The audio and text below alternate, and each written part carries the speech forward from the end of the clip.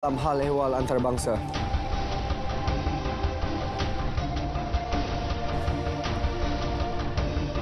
Assalamualaikum, salam Malaysia Madani. Berita tengah malam bersama saya, Sahih Samsudin. Peranan Malaysia dalam hal ehwal antarabangsa akan terus dipertingkat termasuk ASEAN dan Pertubuhan Kerjasama Islam OIC.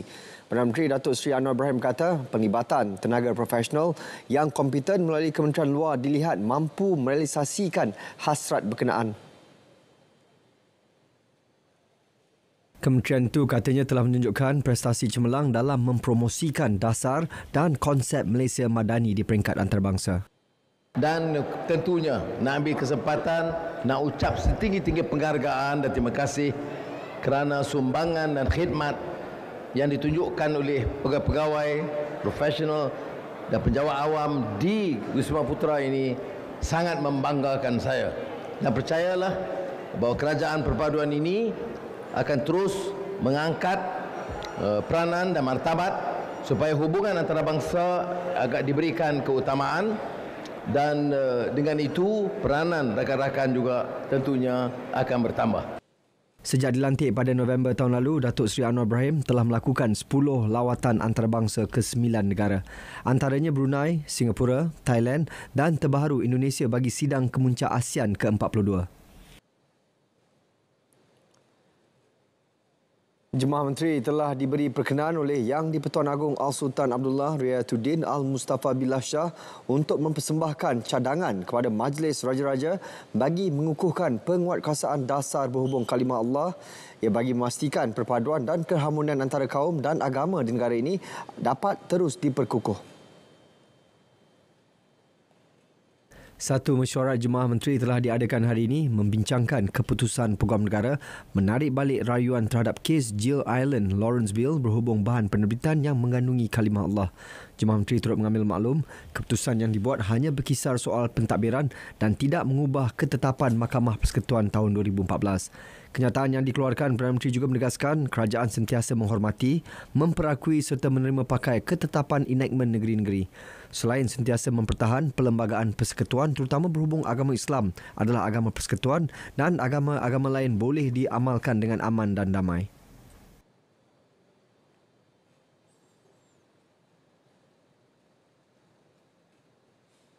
Terdahulu, sebelum mesyuarat Kabinet bermula, Timbalan Perdana Menteri Datuk Seri Dr. Ahmad Zahid Hamidi mengadakan pertemuan bersama Perdana Menteri bagi menzahirkan pandangan dan pendirian akar umbi UMNO terhadap isu kalimah Allah. Perdana Menteri menyatakan komitmen untuk terus mempertahan ketetapan dasar kerajaan berkenaan isu penggunaan kalimah Allah sebagaimana yang telah diputuskan oleh Mahkamah Persekutuan pada 2014. Pada masa sama, kerajaan akan memperkemas isu-isu penguatkuasaan terhadap dasar penggunaan kalimah Allah untuk mempersembahkan cadangan kepada Majlis Raja-Raja. Ini bagi memastikan kedudukan Islam sebagai agama persekutuan sebagaimana peruntukan perlembagaan akan terus dipelihara. Sebarang cadangan yang akan dipersembahkan oleh Jemaah Menteri kepada Majlis Raja-Raja bagi mengukuhkan penguatkuasaan dasar kalimah Allah disifatkan satu keputusan matang. Demikian dinyatakan Yang di-Pertua Yayasan Dakwah Islamiah Malaysia YADIM, Datuk Hasanuddin Muhammad Yunus. Rakyat juga perlu mendukung prinsip yang termaktub dalam rukun negara agar perpaduan dan keharmonian dapat diperkukuh. Kerajaan ini telah berada dalam track yang betul. Apa yang berlaku itu dalam track yang betul. Cuma pastikan jangan terkeluar daripada track itu. Dalam kes ini, jangan emosional, jangan maki hamun, jangan kaitkan perkara ini dalam isu kepartian pula, politik dan sebagainya. Kerana ini isu negara yang semua orang perlu sama-sama mempertahankannya. Kalimah Allah ini tidak boleh disalahgunakan oleh penganut agama lain sewenang-wenangnya. Selagi enactment itu dipertahankan, selagi undang-undang itu dipertahankan, insya-Allah saya percaya tidak timbul sebarang kekeliruan. Pandangan ini turut disokong Presiden Angkatan Belia Islam Malaysia ABIM Muhammad Faizal Abdul Aziz. Kita menyambut baik cadangan yang berhormat Perdana Menteri Datuk Seri Anwar Ibrahim bersama dengan Majlis Kabinet untuk mempersembahkan cadangan-cadangan yang lebih baik kepada Majlis Raja-Raja berhubung dengan cadangan untuk memperkuat undang-undang penguatkuasaan larangan penggunaan kalimah Allah oleh bukan Islam khususnya di Semenanjung. Jadi kita mengharapkan supaya dalam konteks kerajaan madani ini mempertahankan kesucian Islam, mempertahankan yang hak serta yang paling penting dalam konteks norma pengamalan Islam. 3 kertas kajian dipersiapkan Malaysia dan Indonesia antara usaha menyangkal kempen fitnah, mendidik pengguna dan meningkatkan kesedaran tentang faedah minyak sawit. Dalam pada itu, kedua-dua negara juga bersetuju membuat lawatan ke Brussels untuk bertemu dengan Kesatuan Eropah EU berhubung pelaksanaan peraturan bebas penebangan hutan Kesatuan Eropah EUDR. Pertemuan itu dijadual diadakan hujung bulan ini bagi membangkitkan kebimbangan terhadap kesan negatif EUDR kepada industri berkenaan.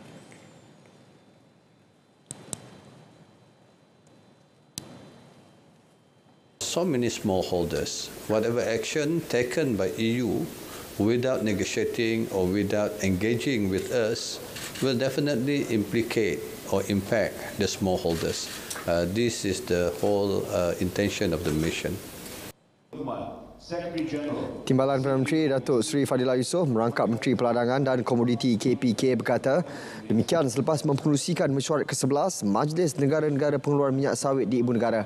Mesyuarat turut mengambil maklum tentang cadangan perundangan lain yang sedang dipertimbangkan EU. Antaranya peraturan buruh paksa, arahan tuntutan hijau dan arahan tenaga boleh diperbaharui. Indonesia diwakili Menteri Koordinator Hal Ehwal Ekonominya Airlangga Hartoto, manakala Honduras, negara anggota ketiga yang terbaru, diwakili Menteri Pertanian dan Ternakan Dr. Laura Suazo. Turut hadir wakil dari negara Colombia, Ghana dan Papua New Guinea sebagai negara pemerhati. 72.5 juta ringgit diperuntuk menerusi rancangan Malaysia ke-12 bagi projek pembangunan baharu fasiliti kesihatan di Terengganu. Usaha itu antara 5 inisiatif diperkenal Kementerian Kesihatan KKM bagi menambah baik perkhidmatan kesihatan di negeri tersebut. Menterinya Dr. Zaliha Mustafa menerusi kenyataan memaklumkan Klinik Kesihatan Hiliran Kuala Terengganu bakal menerima peruntukan tambahan 17 juta ringgit untuk menyiapkan Jabatan Kecemasan dan Pesakit Luar. Manakala 3 klinik terjejas banjir akan menerima peruntukan khas RM500,000. Hospital Dungun yang diklasifikasikan sebagai projek sakit akan disiapkan tahun ini. Selain 53 buah klinik, DAIF juga menerima dana RM8.9 juta. Dr. Zaliha menjelaskan kesemua inisiatif itu bakal meningkatkan sistem penyampaian perkhidmatan kesihatan selari dengan pembangunan kertas putih kesihatan. Sementara itu, Dr. Zaliha turut memaklumkan kes COVID-19 di negara ini masih terkawal. Ini termasuk di Tuaran Sabah meskipun dikategorikan sebagai zon merah. Sebenarnya kes Tuaran ni kita tak perlu panik lah. Sebab apa yang dilakukan di Sabah itu, kalau kita tengok secara keseluruhannya, kes Sabah ni memang di antara kes yang rendah. Kita dapat kes tu less than 100 cases a day. Kes COVID lah maksudnya. Kes COVID. Less than 100 a week. Less than 100 a week, bukan a day, a week. Jadi memang cumanya di Tuaran tu mereka lakukan pantauan mengikut kriteria yang lama. Dia ada color coding lah. So sekarang kita tak guna dah color coding tu. Lagipun sejak akhir-akhir ni apa yang kita lihat kes-kes COVID ini yang berlaku adalah kes-kes yang dia punya keterokan adalah sangat rendah. Kategori 1 dan 2 sahaja. Berhubung cuaca panas berpanjangan, KKM sentiasa bekerjasama rapat dengan Jabatan Meteorologi bagi mengenal pasti lokasi bersuhu tinggi di seluruh negara. Ia bagi tujuan kesiapsiagaan daripada aspek perkhidmatan kesihatan. Prosedur yang biasa walaupun dalam keadaan yang sekarang kita lebih alert lah dengan suasana yang sekarang, dan memang kita sentiasa ada collaboration dengan agensi-agensi, khususnya agensi-agensi meteorologi, supaya kita dapat melihat di manakah kawasan-kawasan hotspot yang telah dikenal pasti, dan di situ kita juga memastikan pemantauan lebih rapi dan juga kesediaan lebih bersiap siaga lah dari sudut orang kata bersiap sedia sebarang kemungkinan, di atas sebarang kemungkinan. Dr. Zaliha yang ditemui di Maib Serdang turut mengingatkan orang ramai yang bergejala strok hama agar segera dapatkan rawatan bagi mengelakkan komplikasi lain. Jabatan Pendidikan JPN Terengganu melarang sebarang aktiviti pembakaran terbuka dilakukan tanpa kebenaran susulan cuaca panas berpanjangan. Peringatan tersebut dikeluarkan susulan berlaku pembakaran terbuka di sebuah sekolah harian di Kuala Terengganu baru-baru ini. Tegas pengarah JPN Negeri Abdul Muingah, peringatan itu turut disampaikan kepada kontraktor pembersihan yang dilantik dalam kawasan sekolah di negeri berkenaan. Dan kita telah mengingatkan ke semua kontraktor berkaitan dengan kebersihan sekolah, memastikan bahawa tidak berlaku pembakaran terbuka, dan bukan itu saja, kita mengingatkan semua warga khasnya pendidikan bahawa kita takluk kepada Akta SOP yang telah ditetapkan berkaitan dengan pembakaran terbuka. Tambahnya, insiden pembakaran terbuka di sebuah sekolah di negeri itu masih dalam siasatan. Pada kejadian terbabit, sebuah jentera Jabatan Bomba dan Penyelamat Malaysia dikejarkan ke lokasi bagi memadamkan kebakaran yang merebak sewaktu kerja-kerja pembersihan dilakukan di dalam kawasan sekolah terbabit.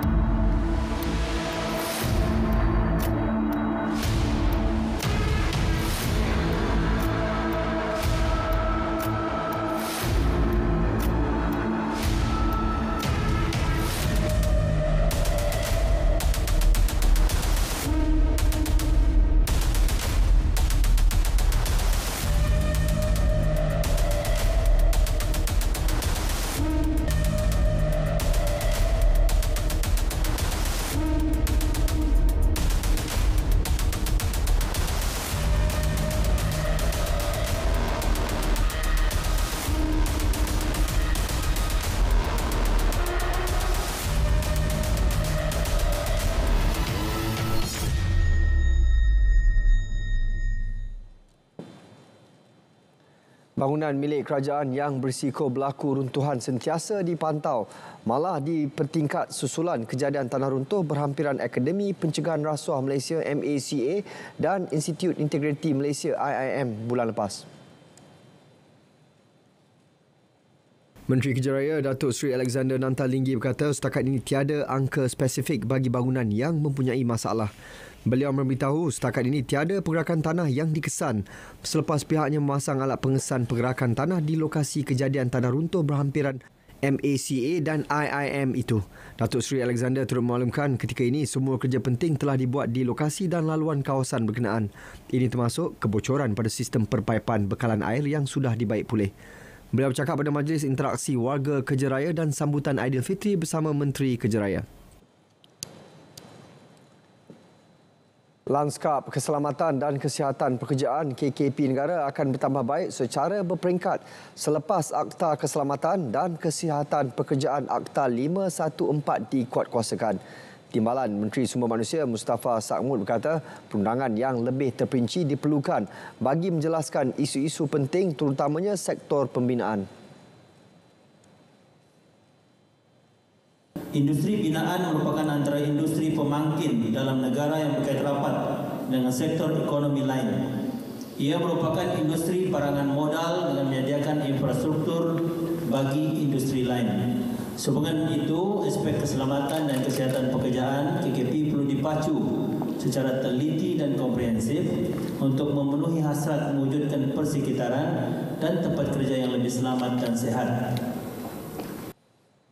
Beliau berkata demikian pada Majlis Persidangan Tahunan Keselamatan dan Kesihatan Persatuan Kontraktor Binaan Malaysia. 300 peserta yang hadir pada persidangan ini terdiri daripada pemain industri binaan. Persidangan memberi fokus terhadap keselamatan dan kesihatan pekerjaan dalam pengurusan industri binaan di samping memberi penerangan berkaitan Akta 514. Kerajaan Negeri Johor bertekad untuk menyelesaikan pelbagai isu rakyat selewat-lewatnya tahun depan. Ini termasuk masalah jalan berlubang, jaringan internet dan kesesakan di kedua-dua pintu keluar masuk di sempadan. Menteri Besarnya Dato' On Hafiz Ghazi berkata pelbagai kerjasama antara kerajaan persekutuan dan negeri giat dilakukan bagi memastikan usaha itu terlaksana selari dengan Johor Maju 2030.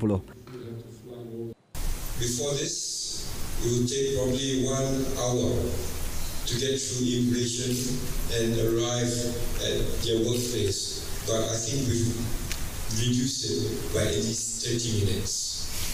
and we're continuously trying to make headway here. It is a continuous effort. Beliau berkata demikian ketika berucap pada Forum Perniagaan Johor Korea 2030 di Johor Bahru. Tambahnya, komitmen kerajaan negeri menyelesaikan masalah rakyat itu bagi memberikan pengalaman lebih baik serta pulangan lebih tinggi kepada komuniti perniagaan termasuk dari luar negara.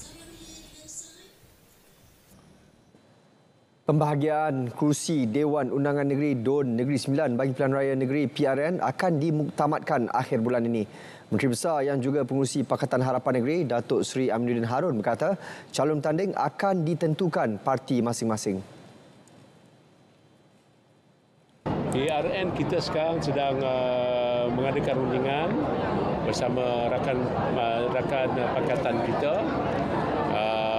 dan insyaAllah dalam masa terdekat ini akan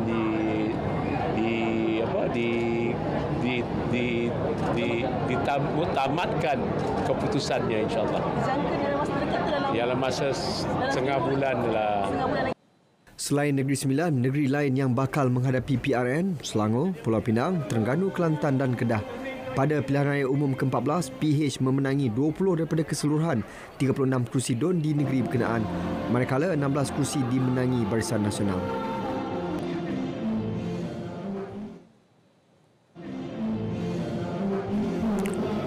Sementara itu, Datuk Seri Aminuddin yakin kerajaan perpaduan mempunyai sokongan dari masyarakat Melayu negeri itu. Ini kerana pelbagai usaha dilakukan kerajaan bagi meningkatkan ekonomi serta kesejahteraan rakyat.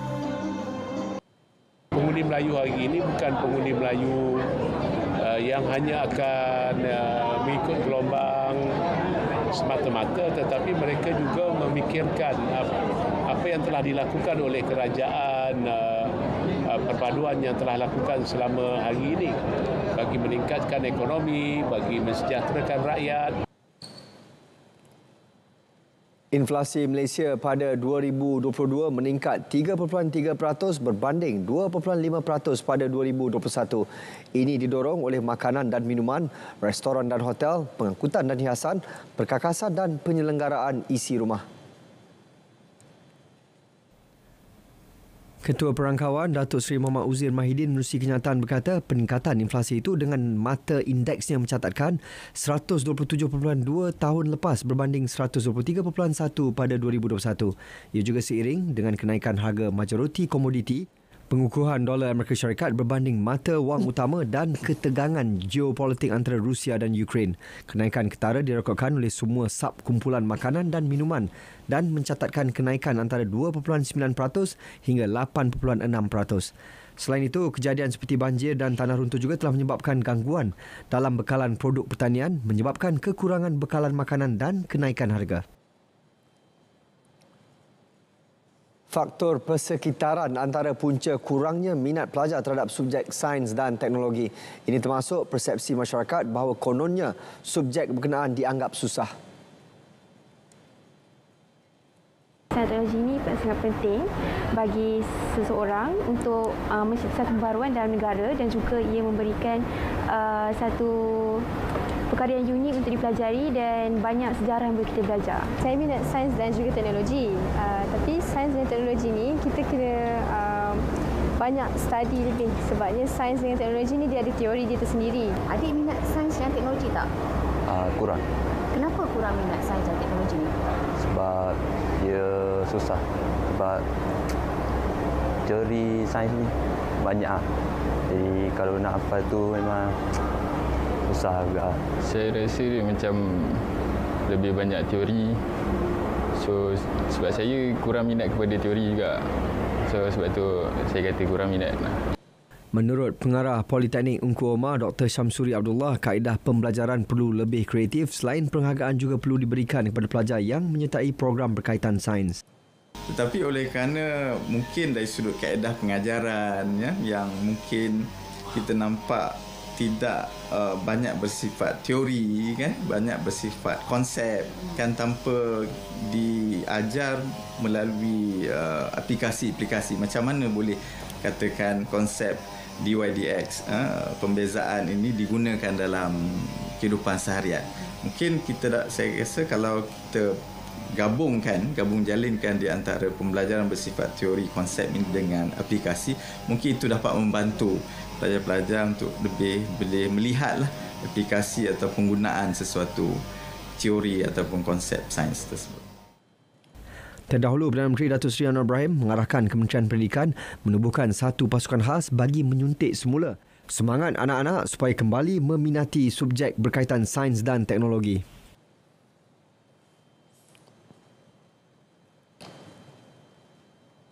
Lebih 4,000 penduduk orang asli di Pos Bruk, Gua Musang, Kelantan hidup dalam kebimbangan apabila gajah liar masih bebas berkeliaran di perkampungan itu sejak 2 tahun lalu. Kejadian terbaru dikesan apabila gajah terbabit dilihat berkeliaran berdekatan pejabat Jabatan Kemajuan Orang Asli Jakua dan merosakkan pokok pisang serta paip air di kawasan sekitar. Penghulu kampung Jekjok, Jubir Sekmo berkata ketika ini mereka masih menjumpai kesan najis haiwan itu selain menanggung kerugian kerosakan pagar serta tanaman. Tempat dia ambil buah dia makan.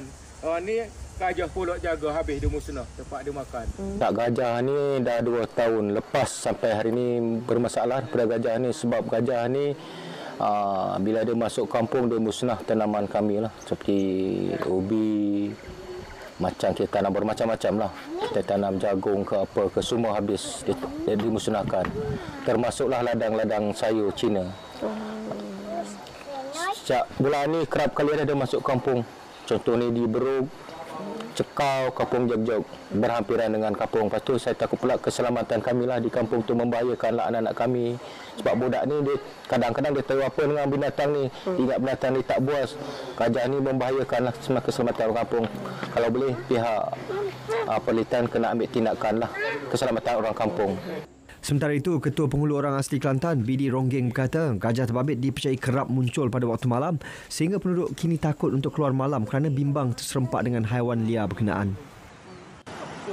Dan kita mengharap apakah cara lain yang boleh membendung daripada kehadiran gajah liar ni, sebab kita merungsingkan keadaan. Sebab sekarang ni kita nampak gajah ni semakin lama semakin berani.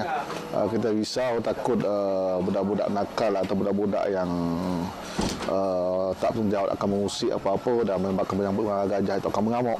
Bila mengamuk nanti susah satu kampung juga. Dan saya menekankan sangat-sangat kepada gajah liar ni, pihak Perlitan dia harus ambil satu tindakan yang sepatutnya lah dengan kadar segera supaya dapat membendung dan melindungi gajah tersebutlah. Itu harapan saya lah. Masjid Bangsa dinobatkan pemenang anugerah Muhibah Kelab Akhbar Kebangsaan NPC Makro Kios. Menurut Presiden NPC Datuk Ahiruddin Atan, anugerah bulanan itu bagi menghargai usaha menyantuni masyarakat tanpa mengira bangsa, agama dan kepercayaan. So what we are doing is something like say ordinary, but we know that this can achieve extraordinary results if we get all parties to come together and take part and play their role. NPC bersama Makro Kios melancarkan CD Anugerah Bulanan pada bulan lalu untuk mengiktiraf mana-mana individu, kumpulan atau organisasi yang menunjukkan semangat sebenar muhibah di negara ini. Anugerah itu juga memperuntukkan hadiah wang tunai sebanyak RM2,000 beserta sijil dan voucher. Sambutan Aidilfitri, anjuran Pejabat Agama Islam Daerah Jengka mencipta kelainan apabila turut meraihkan saudara yang baru memeluk agama Islam. Pengerusi Gabungan Masjid Wilayah Jengka, Razak Daud berkata, idea itu diperoleh hasil perbincangan dengan kaki tangan pejabat agama berkenaan. Kita juga ada menjemput beberapa pasangan yang terdiri daripada orang baru lah yang memeluk agama Islam, dan pada hari ini kita meraihkan sempurna sambutan Aidilfitri pada tahun ini.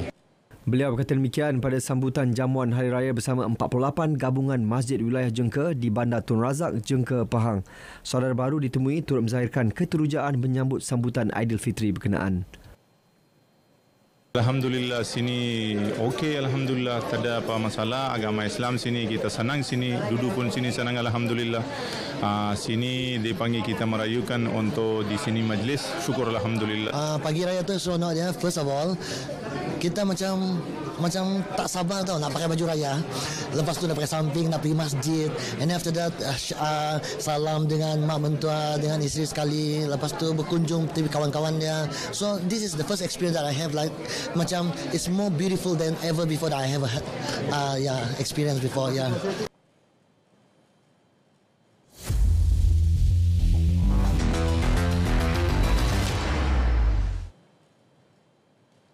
Perkembangan Sukan C 2023, Chef di Mission Negara Kesukan C Dato' Muhammad Nasir Ali memohon maaf atas kegagalan negara mencapai sasaran 40 pingat emas. Temasya kali ini menyaksikan kontingen negara dibarisi 676 atlet yang menyertai 33 dari 36 acara sukan dipertandingkan dan secara khususnya 340 acara. Secara keseluruhan, 65% adalah atlet yang membuat penampilan sulung di temasya kedua terbesar Asia Tenggara ini. Saya dengan rendah hati ingin mengucap maaf sekiranya sasaran itu merupakan satu yang diharap-harapkan dan kita setakat ini tidak tercapai 40 itu target itu, tapi apapun pingat sebanyak 34 itu adalah pingat yang berkualiti dan saya yakin 34 pingat ini akan terus dapat diperkembangkan lagi lah. Beliau berkata demikian pada sidang media yang berlangsung di Stadium Morodok Teko, Phnom Penh selepas kesemua acara berakhir semalam.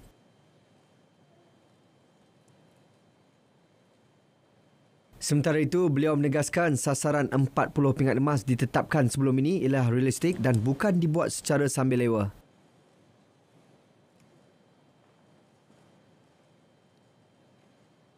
Sasaran tu kita buat 3 meeting tu. So it's not last minute thing lah. And sasaran tu kita jumpa, kita bincang dengan setiap satuan. This is what they say.